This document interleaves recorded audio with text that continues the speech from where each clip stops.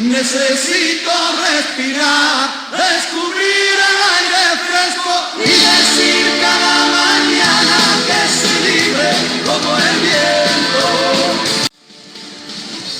Necesito respirar, descubrir el aire fresco y decir cada mañana que soy libre como el viento.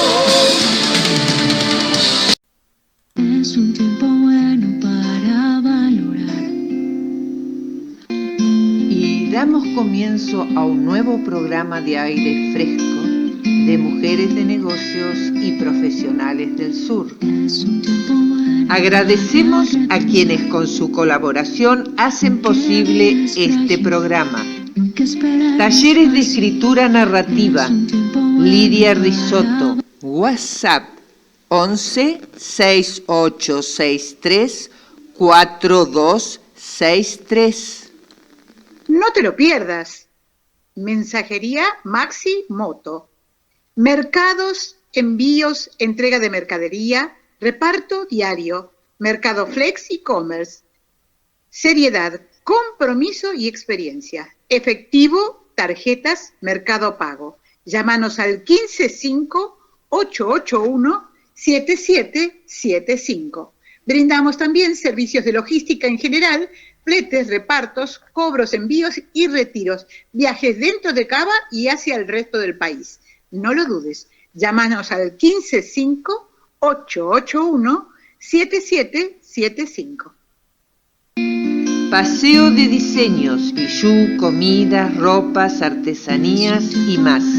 Para formar parte de este proyecto, comunícate con Graciela al 11 5487 7661.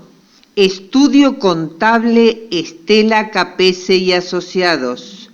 WhatsApp 54911 44 28 50 50. Telas plásticas Miliavaca, Hipólito Yrigoyen 11037 Turdera. Fandiño Propiedades, 40 años en el rubro inmobiliario. Página web fandiprop.com.ar. Helados artesanales Riviera, de Teresa Pinto. Muchas gracias a todos. Esperamos tu mensaje o comentario al WhatsApp 11 6907 47 49. Muchas gracias. Necesito respirar, descubrir el aire fresco y decir cada mañana que soy libre como el viento. Y ahora les traje, en la voz de Manuel Muñoz, La primavera de la hermana Lucía de Antequera. Me llega a través de las redes este exquisito poema escrito por una monja, la hermana Lucía de Antequera, que con hermosas palabras y un regusto inmaculado se pone a hablar con su Dios y le pregunta, rezando, si sabrá la primavera que la estamos esperando. Si se atreverá a cruzar nuestros pueblos despoblados, colgando en nuestros balcones la magia de sus geranios. Si dejará su sonrisa esculpida en nuestros campos, pintando nuestros jardines de verde, de rojo y blanco. Si sabrá la primavera que la estamos esperando cuando llegue y no nos vea ni en las calles ni en los barrios, cuando no escuche en el parque el paso de los ancianos o el bullicio siempre alegre de los chiquillos jugando. Si creerá que equivocó la fecha del calendario, la cita que desde siempre le convocó el mes de marzo. Si sabrá la primavera que la estamos esperando cuando estalle jubilosa llenando de puntos blancos los almendros, los ciruelos, los jazmines, los naranjos y no vea que a la Virgen la preparan para el paso. que se ha guardado el incienso, el trono, la cruz y el palio, y que Cristo, igual que todos, está en su casa, encerrado, y no lo dejan salir ni el jueves ni el Viernes Santo. Pensará la primavera que tal vez se ha equivocado. Escuchará los lamentos de quien se quedó en el paro, de quien trabaja a deshoras por ayudar a su hermano, de aquel que expone su vida en silencio y olvidado. Escuchará cada noche los vítores, los aplausos que regalamos con gozo al personal sanitario. Pensará la primavera que tal vez se ha equivocado y colgará sus colores hasta la vuelta de un año. Si sabrá la primavera que la estamos esperando, que se nos prohíbe el beso, que está prohibido el abrazo, el corazón, sangre y fuego, el corazón desangrado. Si sabrá la primavera que ya la estamos soñando, asomados al balcón de la esperanza, esperamos como nunca que ella vuelva y nos regale el milagro de ver florecer la vida que hoy se nos va de las manos. Bienvenida, primavera, hueles a incienso y a ramo, con tu traje de colores y los cantos de tus pájaros. Ven a pintar de azul cielo esta tierra que habitamos. ¿No sentís que en este mundo algo nuevo está brotando? Si será la primavera que está apresurando el paso.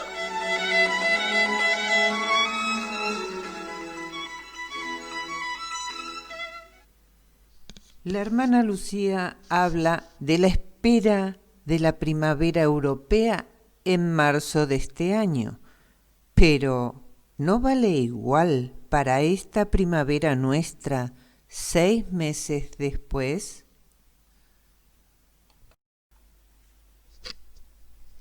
A ver, ¿quién se acuerda de esta canción? Ya llegó la primavera. Ya llegó la primavera, se acabaron los jerseys y las chicas se liberan del aprisionamiento del corset.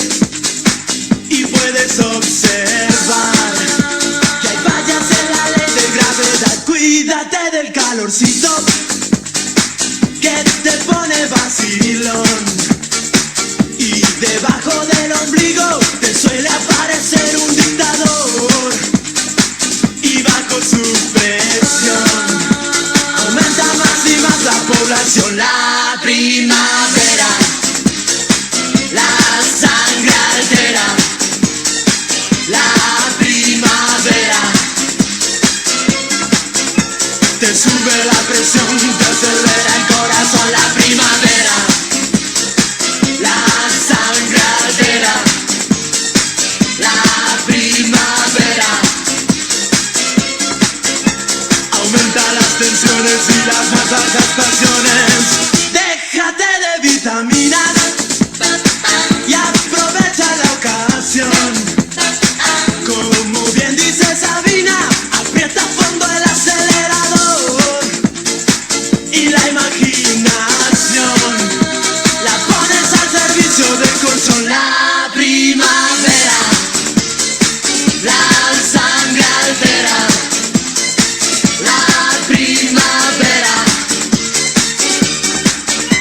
te sube la presión, te acelera el corazón. La primavera te pone de aquella manera. La primavera aumenta las tensiones y las más bajas pasiones.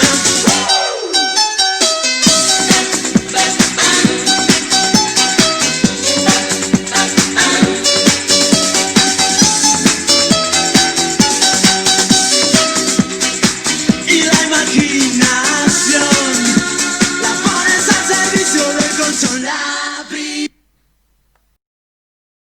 Un verdadero lujo para aire fresco es recibir a Lidia Risotto, quien trajo al doctor Ernesto Fernández Muñoz.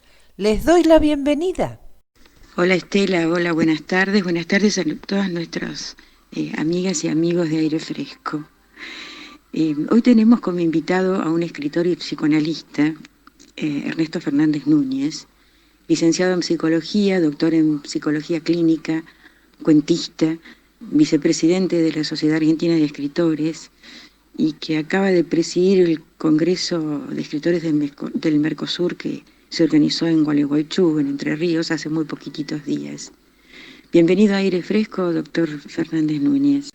Hola Lidia, hola, mucho gusto Estela, les agradezco infinitamente esta atención que ustedes tienen para conmigo y además me produce un poco de vergüenza por la presentación llena de títulos y cuando uno en realidad lo que quiere ser simplemente Ernesto Fernández Núñez y poder escribir y poder entender y poder ver y poder vivir, ¿no? Así que de cualquier forma para mí es realmente un orgullo poder participar en este espacio de la Asociación de Mujeres de Negocio y Profesionales del Sur, que tengo que ser sincero, la he conocido a través de Lidia Risotto, esta querida amiga, pujante, emprendedora que tenemos nosotros en el staff principal de SADE, que siempre nos trae cosas distintas y tiene una enorme y muy buena formación literaria. Hay cosas que yo le consulto a ellas a veces. Bueno, muchas gracias. Hace pocos días apareció en el diario Clarín uno de sus habituales artículos en el que compara la resiliencia de Ulises, el personaje mítico de Homero, con la de los argentinos, que parece que estamos siempre levantándonos de nuestras cenizas. Y hay un párrafo que me interesó especialmente en el que usted plantea que todo buceador de la conducta humana sabe que los conflictos personales y sociales vienen también con el manual de soluciones. ¿Cómo es esto? Sí, exactamente, Lidia. Hace pocos días me publicó Clarín en la parte de opinión una nota de nombre que yo le puse Argentina, la tierra de Ulises.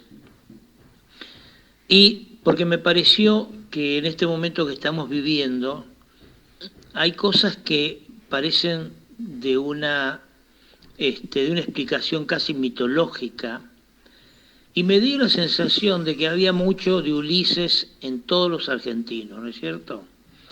Yo tomo la comparación de Ulises, que él, después de la guerra de Troya, vuelve a su amada Ítaca, a su reino, donde lo espera la famosa Penélope de la mitología y del cuento y de la canción de Serrat.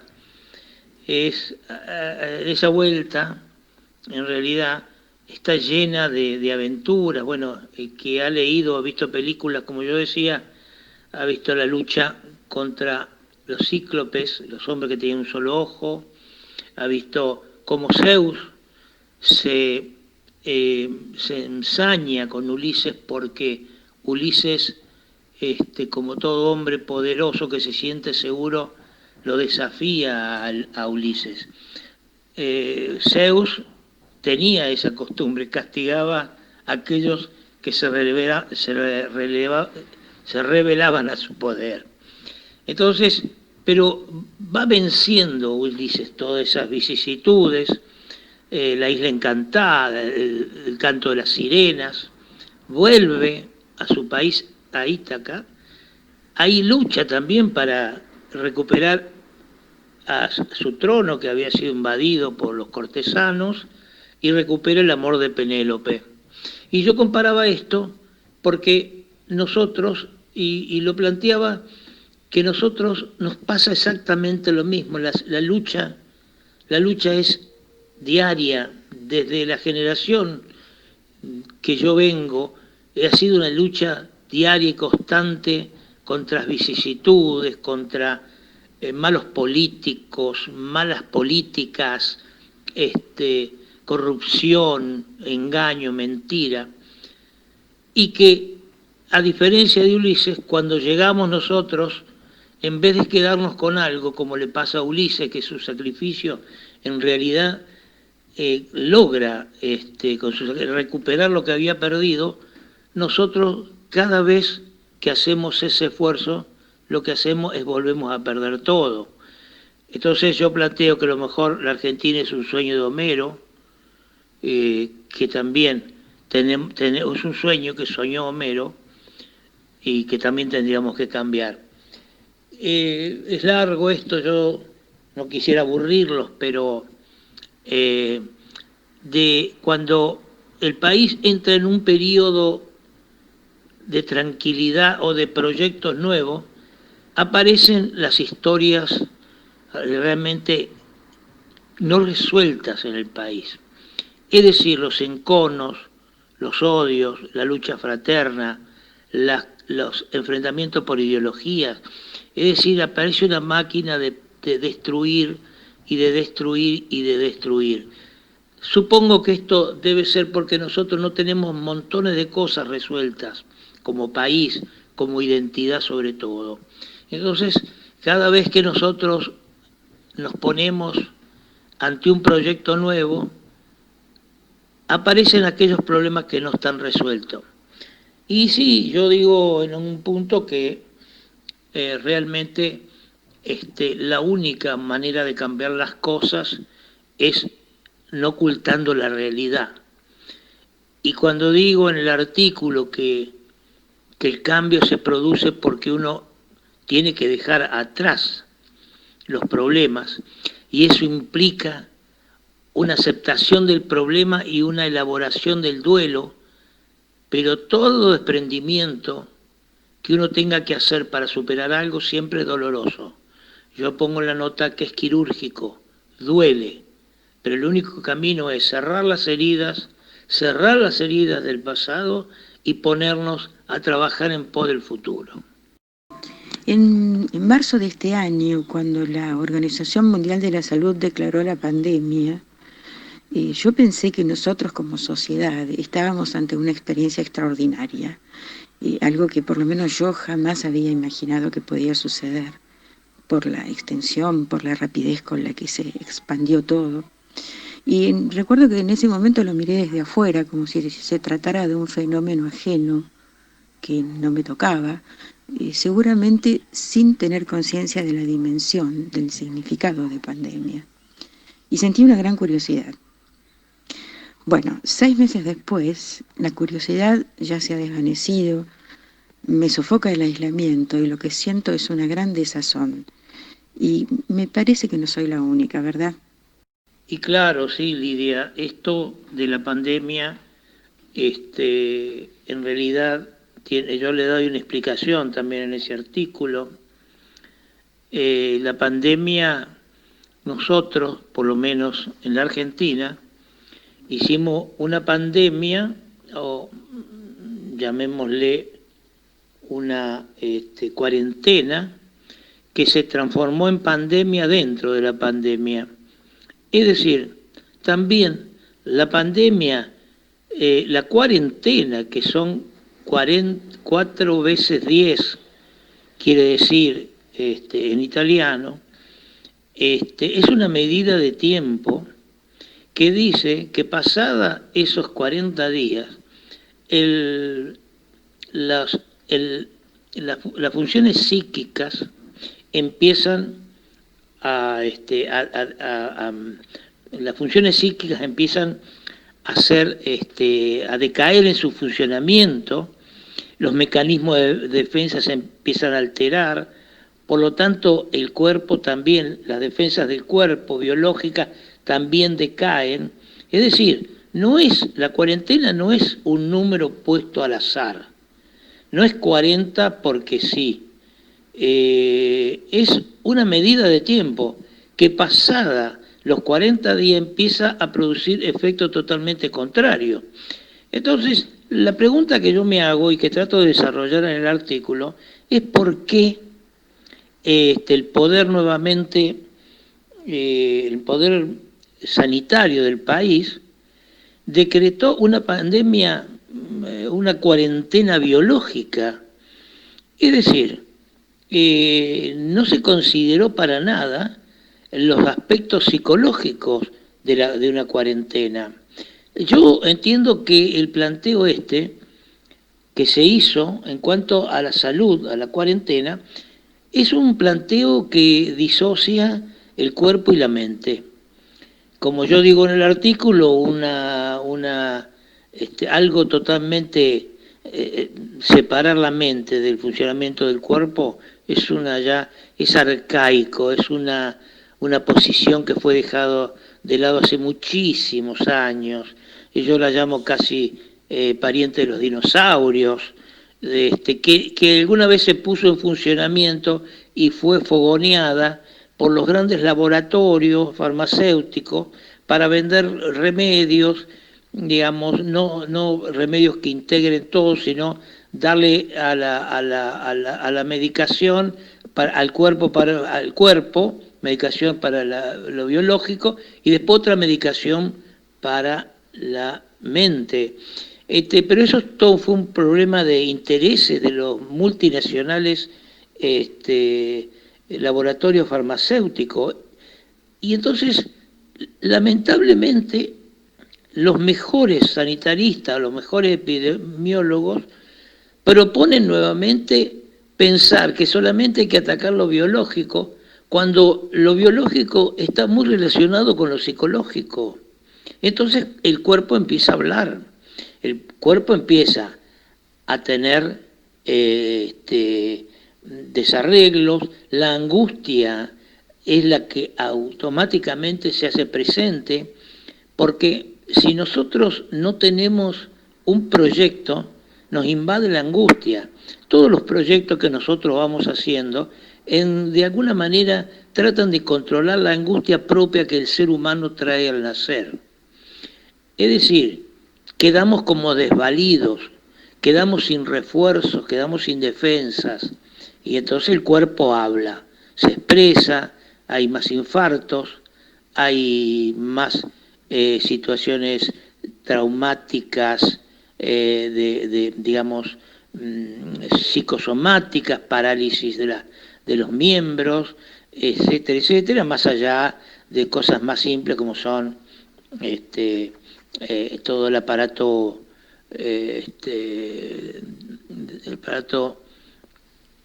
de todo lo que tiene que ver con el segundo cerebro, que se le llama a todo el aparato digestivo. Es decir, todo se empieza a alterar. Y entonces tenemos una pandemia, cuarentena, que ya no sabemos qué es, que dura 6 meses, porque en realidad ahora recién están empezando a darse cuenta que este virus hay que ir atacándolo por sectores, como están haciendo en Europa, cerrar zonas. Bueno, en eso estamos, la desazón es muy grande, la sensación de soledad es para todos, y esta pandemia tiene, como todo encierro, tiene 2 cosas que son peligrosas. Nos pone muy cerca el contacto con darnos cuenta que no somos inmortales, que nos vamos a morir, y por otro lado, acrecienta todos los recuerdos que nosotros tenemos, los buenos y los malos. Es decir, la psiquis, el cuerpo, sufren toda una revolución. Muchísimas gracias, doctor Fernández Núñez, sobre todo por este final terapéutico, ¿no? Es decir, algo podemos hacer.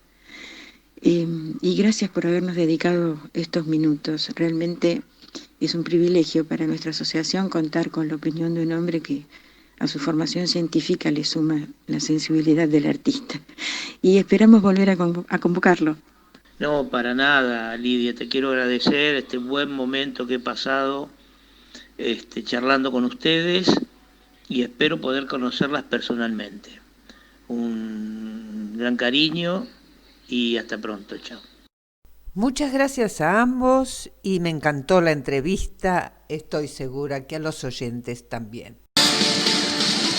Necesito respirar, descubrir el aire fresco y decir cada mañana que soy libre como el viento.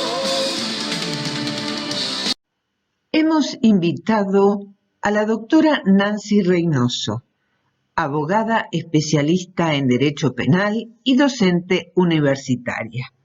Buenas tardes, Nancy. Bienvenida a Aire Fresco. ¿Cómo estás? Buenas tardes a la audiencia. Agradezco a la Asociación de Mujeres de Negocios y Profesionales del Sur por la invitación. Nancy, hoy queremos consultarte específicamente por un caso.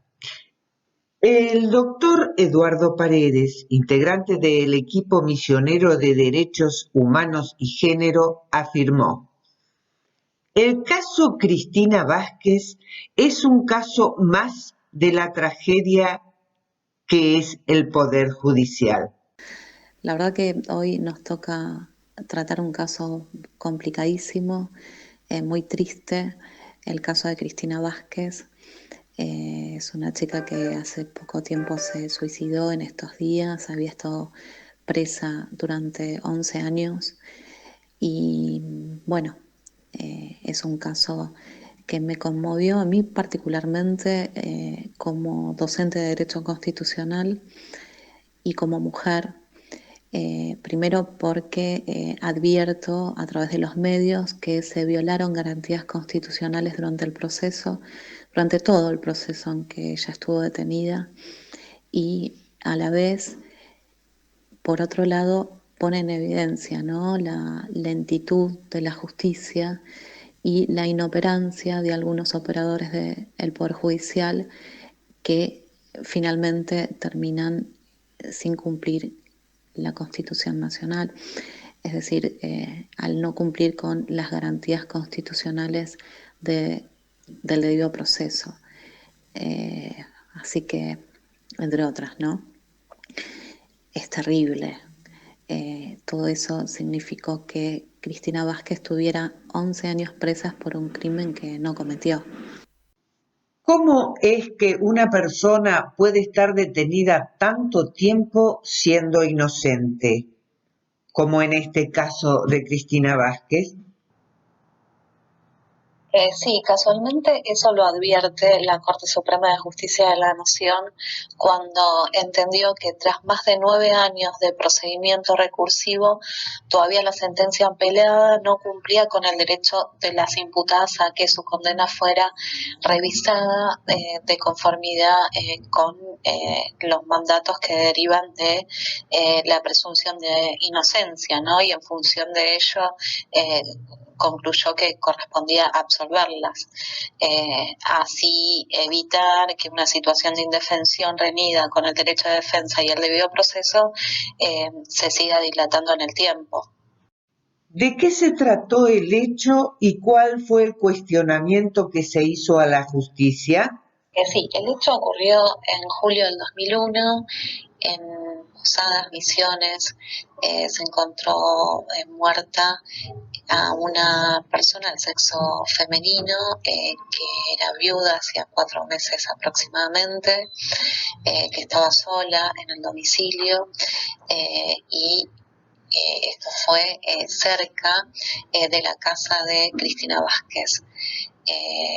Uno de los cuestionamientos que se le hace a la justicia es precisamente que durante el procedimiento se tomó en cuenta la circunstancia de que Cristina era amiga de esta persona fallecida, que vivía en las inmediaciones, y por otro lado el hecho de ser drogadicta, ¿sí?, adicta a la marihuana.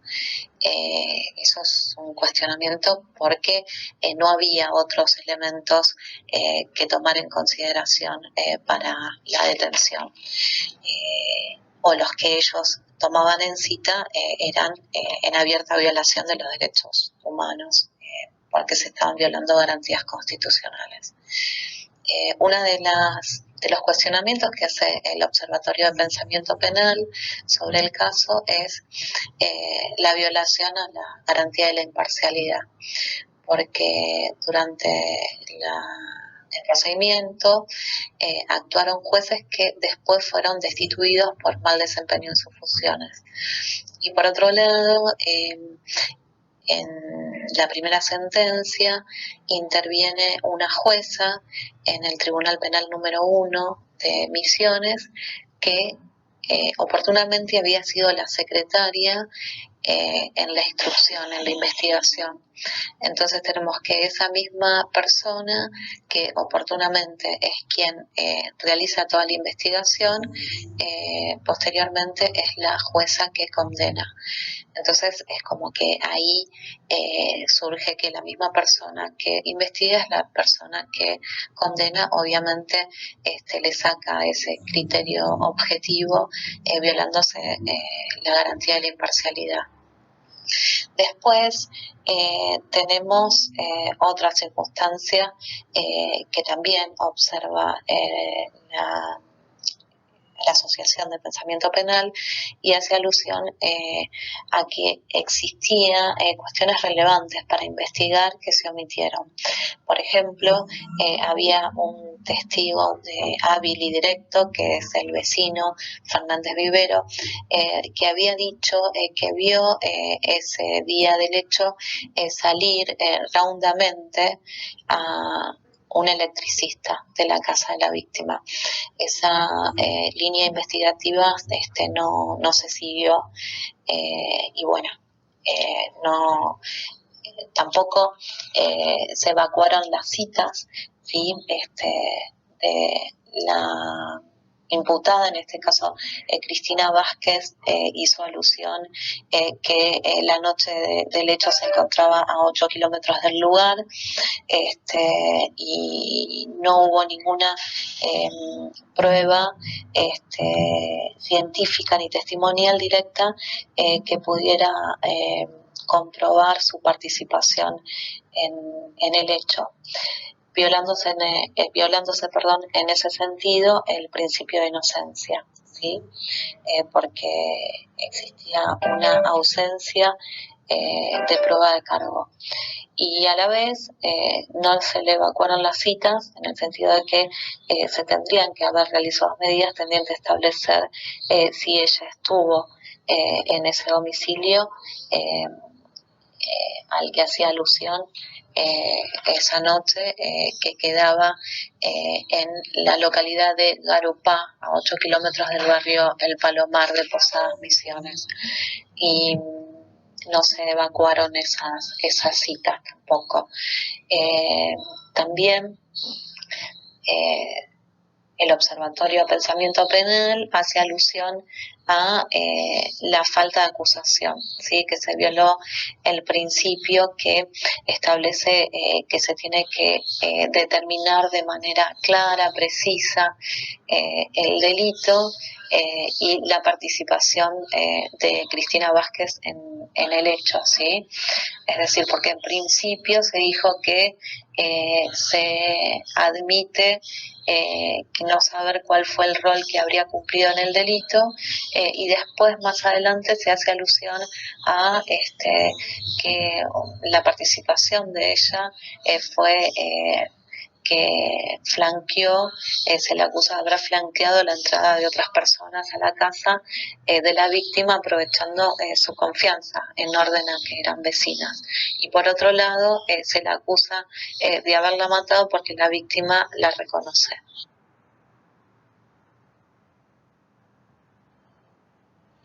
Otras de las observaciones que hace la Asociación de Pensamiento Penal es respecto de la arbitrariedad de la sentencia condenatoria.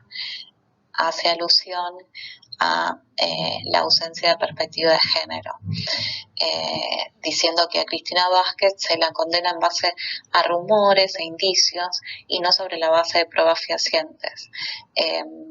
Se la condena por lo que es y no por lo que hizo. Durante toda la sentencia se realiza un juicio moral sobre el modo de vida de la joven Cristina Vázquez y de los testigos que afirmaron haber estado con ella a 8 kilómetros del lugar la noche del hecho, estableciendo un doble estándar de ciudadanía.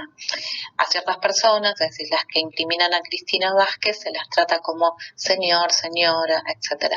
Se las escucha, se las respeta. Estas personas sí pueden sufrir alteraciones en la memoria. Pero quienes corroboran dónde estuvo la imputada la noche del hecho, se los cuestiona, no solo en su modo de vida, sino en sus roles como padres. A los señores y señoras se les cree, aun cuando hayan declarado una única vez y durante la instrucción, y a otros no. Y bueno, también se vulneró el derecho a ser juzgado, dice la asociación, en un plazo razonable, y por otro lado la vulneración del derecho de defensa, incumplimiento de los estándares de debida diligencia, porque la defensa de Cristina Vázquez no agotó la vía recursiva interna. Su defensa omitió presentarse en queja ante la Corte Suprema de Justicia de la Nación. Bueno, eso es lo que hace alusión el Observatorio de Pensamiento Penal de la Asociación de Pensamiento Penal. ¿Qué dijo la Corte Suprema al respecto? Sí, la Corte Suprema de Justicia de la Nación puso en evidencia que se violaron garantías constitucionales durante el proceso. En diciembre del 2019, por unanimidad, absolvió a Cristina Vázquez y, entre otras cosas, hizo alusión en su sentencia que el caso era un ejemplo de un proceso indebido en el que se negó la vigencia del principio de inocencia y la aplicabilidad al caso de un indubio pro reo, y que ello se debía a la revisión parcial y sesgada que se había hecho del fallo. A tu criterio, ¿qué garantías constitucionales se violaron? ¿Y qué se podría realizar para evitarlo? A mi criterio se violaron garantías fundamentales, inclusive desde un inicio de la investigación, porque, por ejemplo, se tomaron en consideración las manifestaciones de un testigo que después fue bastante cuestionado, el que refería que Cristina Vázquez le habría manifestado que había sido la autora del crimen. Esta manifestación no puede ser tomada en consideración por un juez, porque si la toma estaría violando el artículo 18 de la Constitución Nacional, en cuanto contiene la parte pertinente que dice que nadie está obligado a declarar contra sí mismo. Obviamente, la única declaración válida en la que una persona reconoce el hecho es una declaración que se realiza ante el juez en el ámbito del Poder Judicial, pero nunca una manifestación extrajudicial, y en este caso a un tercero, puede ser tomada como prueba de cargo. Nosotros tenemos el artículo 18 que viene a ser una copia de la enmienda quinta de los Estados Unidos. La enmienda quinta hace alusión a que nadie está obligado a declarar contra sí mismo a riesgo de perder un miembro, ¿sí? ¿Por qué dice esto? Porque en tiempos remotos, oportunamente, inclusive en épocas de las ordalías, había personas que estaban obligadas a pasar una prueba de fuego y si no eran consideradas culpables, ¿sí? Algunos tenían la posibilidad de expatriarse, ¿no? Pero obviamente si no pasaban la prueba de fuego no solamente se consideraban culpables, sino que algunos hasta llegaban a ser lastimados, ¿no? Entonces, por eso el artículo 5 establece esa circunstancia, que nadie está obligado a declarar a riesgo de perder un miembro. Nosotros tomamos la parte pertinente y en nuestro artículo 18 consignamos que nadie está obligado a declarar contra sí mismo. ¿Por qué es tan importante esto? Porque si una persona se declara y reconoce un hecho de estas características, aparte estamos hablando de un homicidio, ¿no? De nada menos que un homicidio, se tiene que realizar con las garantías suficientes, porque inclusive pasa que si a una persona la detienen, un policía, se supone que el poder que tiene ofensivo el policía al vestir un uniforme, al tener un arma encima, hace que la persona se sienta obligada a declarar. Por eso ni siquiera se permite una manifestación espontánea que haga la persona ante personal policial. Es decir, si la persona realiza una manifestación espontánea de esas características hasta a personal policial, el juez no puede tomarla en consideración, porque si la toma en consideración está violando el artículo 18 de la Constitución Nacional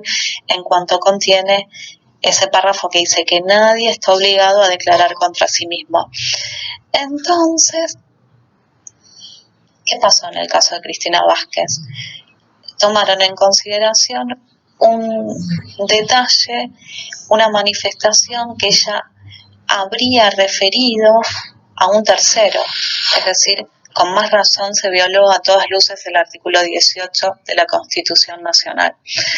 También se violó el principio de bilateralidad, porque este principio, que tiene raigambre constitucional y surge del derecho de defensa en juicio, nos obliga a reproducir toda la prueba en el juicio oral, ¿sí? Toda la prueba de cargo, toda la prueba que se va a tener en cuenta para la sentencia tiene que reproducirse en el juicio oral, porque de esta forma la persona va a tener la posibilidad de realizar el contralor de esa prueba que se sustancia delante de él, y a la vez va a tener la posibilidad de defenderse. Por eso es tan importante que los testigos declaren en el juicio oral.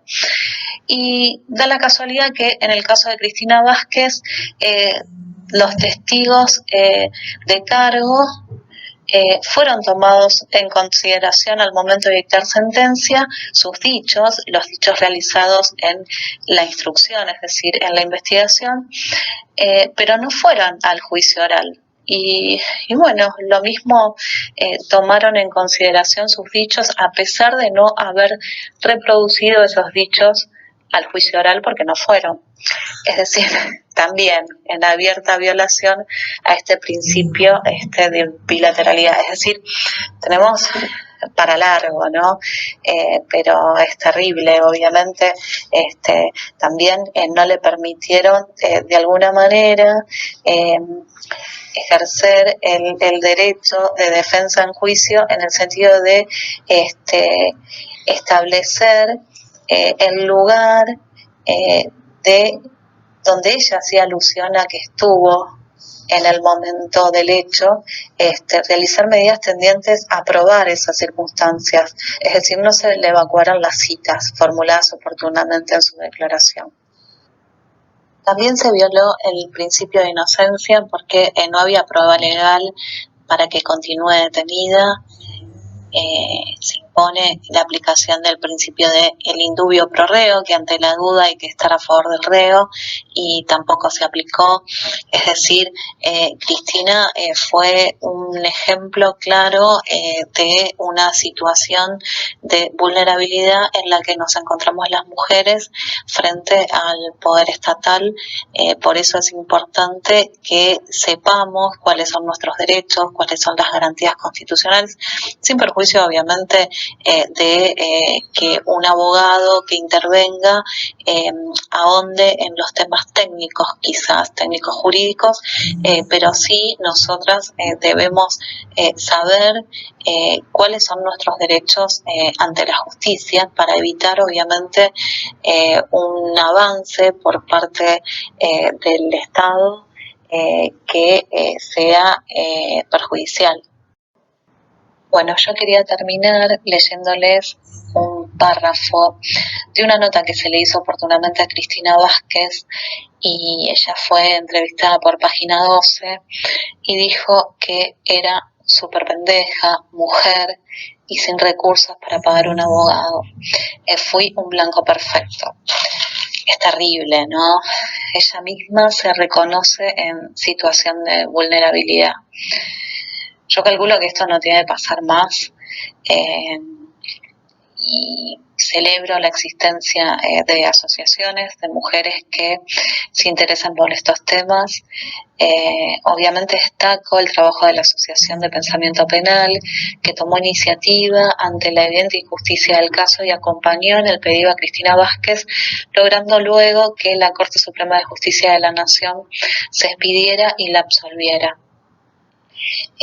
Esto obviamente es de destacar y me parece que tenemos como mujeres un desafío, ¿sí?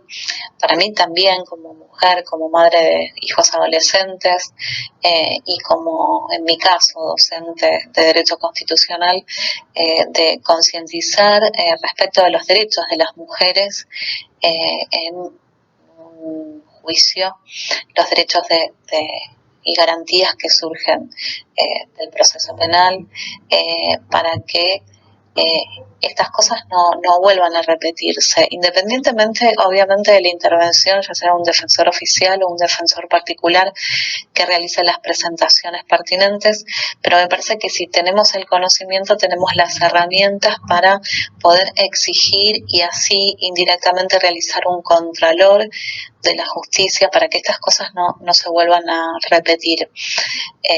Así que bueno, estoy a disposición de ustedes y cualquier cosa que necesiten respecto a ese punto, tienen mis teléfonos, así que nos estamos comunicando. Muchas gracias, Nancy, y te esperamos pronto por Aire Fresco. Bueno, me despido. Gracias, Estela, por la invitación. Gracias a la Asociación de Mujeres de Negocios y Profesionales del Sur y a la audiencia. La verdad que las felicito por el programa. Tienen temas muy interesantes. Los otros días las estuve viendo por YouTube. Así que bueno, les mando un abrazo y nos hablamos en cualquier momento. Ojalá que esto pase pronto, así nos podamos reencontrar. Necesito respirar, descubrir el aire fresco y decir cada mañana que soy libre como el viento. Está con nosotros Laura, joven, docente y emprendedora. Queremos saber, Laura, ¿de dónde sos, cuántos años tenés y cuál es tu actividad u ocupación? Hola, ¿cómo están? Un gusto estar aquí en Aire Fresco. Mi nombre es Laura y tengo 45 años. En el 2012, y luego de muchos años de vivir en una gran metrópolis como es la ciudad de Chicago en Estados Unidos, decidimos con mi familia mudarnos a Los Cocos. Los Cocos es un pequeño pueblo de 1.600 habitantes en el interior de Córdoba. Aquí vinimos en búsqueda de un lugar tranquilo, cerca de la naturaleza, para criar a nuestra hija. Yo soy profesora de inglés. Soy docente en un colegio secundario de la zona. Y también tengo mi propio emprendimiento, que se llama The English Club. Este contexto de pandemia nos llevó a repensar nuestros procesos de enseñanza y aprendizaje. Tuvimos que desestructurar nuestras clases y buscar nuevas formas de acompañar a nuestros alumnos desde la virtualidad. Para nosotros, las clases remotas o virtuales llegaron para quedarse. Proponemos aprender inglés de una manera positiva, diseñando recorridos de aprendizaje online para que cada alumno pueda realizar sus objetivos y metas. Lo que queremos es poder acompañarlos para que cada uno de ellos pueda alcanzar su mayor desempeño. ¿Qué es aprender inglés con canciones? Aprender inglés con canciones es uno de los cursos que ofrecemos. Como todos nuestros cursos, está orientado a facilitar el aprendizaje del idioma, incorporándolo a nuestra vida cotidiana. En este caso, la música, que nos transmite historias, emociones y conecta personas. Con cada canción aprenderemos frases, vocabulario, así como también expresiones que luego pueden usarse en otras situaciones cotidianas. Con este método, ¿pueden aprender independientemente de la edad que uno tenga? Aprender inglés con canciones está orientado a adolescentes y adultos con un nivel básico del idioma. Contamos con cursos para niños también. Por ejemplo, Kids English, en el que por medio de juegos los niños de 6 a 7 años aprenden inglés. Además, dictamos cursos de preparación de examinaciones internacionales para todos aquellos adolescentes que estén pensando en irse a estudiar al exterior. Estos son exámenes que son requeridos para acreditar el nivel de inglés en cada una de las universidades a los que los alumnos quieran asistir. Otro de los cursos muy populares es Inglés para Viajeros. Aquí aprendemos a comunicarnos cuando viajamos. Y respecto al oído, viste que uno se dice, yo no tengo oído para cantar. ¿Qué pasa con los desorejados? En la clase no nos concentramos en lo que no nos sale, sino en crear un momento de encuentro y grato aprendizaje. Cantar no es algo exclusivo del que sabe cantar. La música forma parte de la historia de la humanidad. Así que solo se trata de tener ganas de aprender y de no temer a equivocarse. La mayoría de las veces es de los errores que aprendemos. ¿Cuándo comienza y a través de qué plataforma? Aprender inglés con canciones comienza en octubre. Los encuentros son semanales y se realizan a través de la plataforma Zoom. Los interesados o bien por otras consultas que te quieran hacer, ¿cómo se contactan con vos? Quienes estén interesados en el curso Aprender inglés con canciones u otro de los cursos que se dictan en The English Club, se pueden contactar con nosotros a través del Instagram The English Club Distance Learning o por medio de WhatsApp al 03548 15 43 41 39. Muchas gracias, Laura, por compartir esta tarde con Aire Fresco y además te felicitamos por este emprendimiento que me parece genial para estas épocas. Les agradezco muchísimo a ustedes y a la audiencia de Aire Fresco por la oportunidad de dar a conocer mi proyecto que realizo día a día con mucho amor y dedicación. Vengan a conocer más sobre nosotros por medio del Instagram, The English Club Distance Learning. Muchísimas gracias. Y vos, que también sos emprendedora como Laura, te proponemos que nos llames a nuestro WhatsApp y nos cuentes qué haces, cómo y a dónde pueden contactarte. Y aquí estarás en un próximo programa. Muchas gracias a todas. ¿Tenés nuestro número? Te lo recuerdo. 11 6907 4749. Necesito respirar, descubrir el aire fresco y decir cada mañana que soy libre como el viento. Escuchamos algunos mensajes de los oyentes y no te olvides que esperamos el tuyo. Me parece maravilloso. Felicitaciones por la entrevista. Buenas, soy Morena, vengo de España. Me gustaría comentar lo que me ha parecido el programa de Aire Fresco. Resumidamente, me gusta muchísimo que se dé publicidad a las empresas de la zona, sobre todo en una época tan difícil como la de coronavirus. Sí, Estela, muy buen programa. Los felicito por el programa. Siempre me resulta muy útil. Un beso grande. Muy bueno el programa, la felicito. Muy bueno, la resiliencia de Ulises, casualmente, el argumento de la Argentina. Sube hasta la cima y vuelve para atrás. Vuelve para atrás, se cae y vuelve a subir a la cima. Exactamente, ese es el síndrome argentino. Buenos días, este mensaje es para mi estimado amigo Ernesto Fernández Núñez, con quien comparto publicaciones en diarios de Argentina y también me envía relatos cortos escritos por él, extraordinarios, muy buenos, todo por WhatsApp, obviamente. Y con relación a su última publicación, quiero manifestar que realmente me pareció muy original el hecho de comparar las vicisitudes que tuvo Ulises con el pueblo argentino, que obviamente también la tiene, no solamente por el COVID-19, sino por todo lo que ha pasado en su historia. Les envío muchos cariños desde España y un gran abrazo para todos ustedes. Desde Santa Pola, provincia de Alicante, José Ignacio Córdoba, para mi amigo Ernesto Fernández Núñez, gran escritor y amigo. Bueno, querida Estela, hemos llegado al fin de nuestro hermoso programa Aire Fresco de hoy, así que les damos muchas gracias a todos aquellos oyentes, a todos los que se comunicaron con nosotros. Le agradecemos también a FM Voces 107.7, al Tano Trifoglio, que con tanto afecto nos opera desde allí, y a vos, Estelita, que hiciste tan lindo este programa. Hasta el próximo jueves.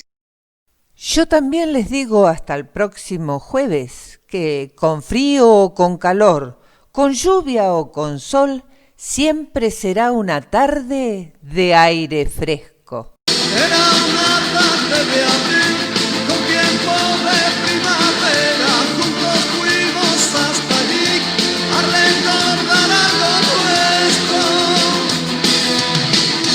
Era como empezar a sentir lo que hoy siento, tú jugando junto a mí, yo ahogándome en el tiempo. Necesito respirar, descubrir el aire fresco y decir cada mañana que soy libre como el viento. Necesito respirar, descubrir el aire fresco y decir cada mañana que soy libre como el viento. Cantamos una canción y juntos pudimos ver que después de nuestra voz solo se quedó el silencio. Comenzamos a soñar, volaron los pensamientos y al mirarte comprendí que tu sueño era mi sueño. Necesito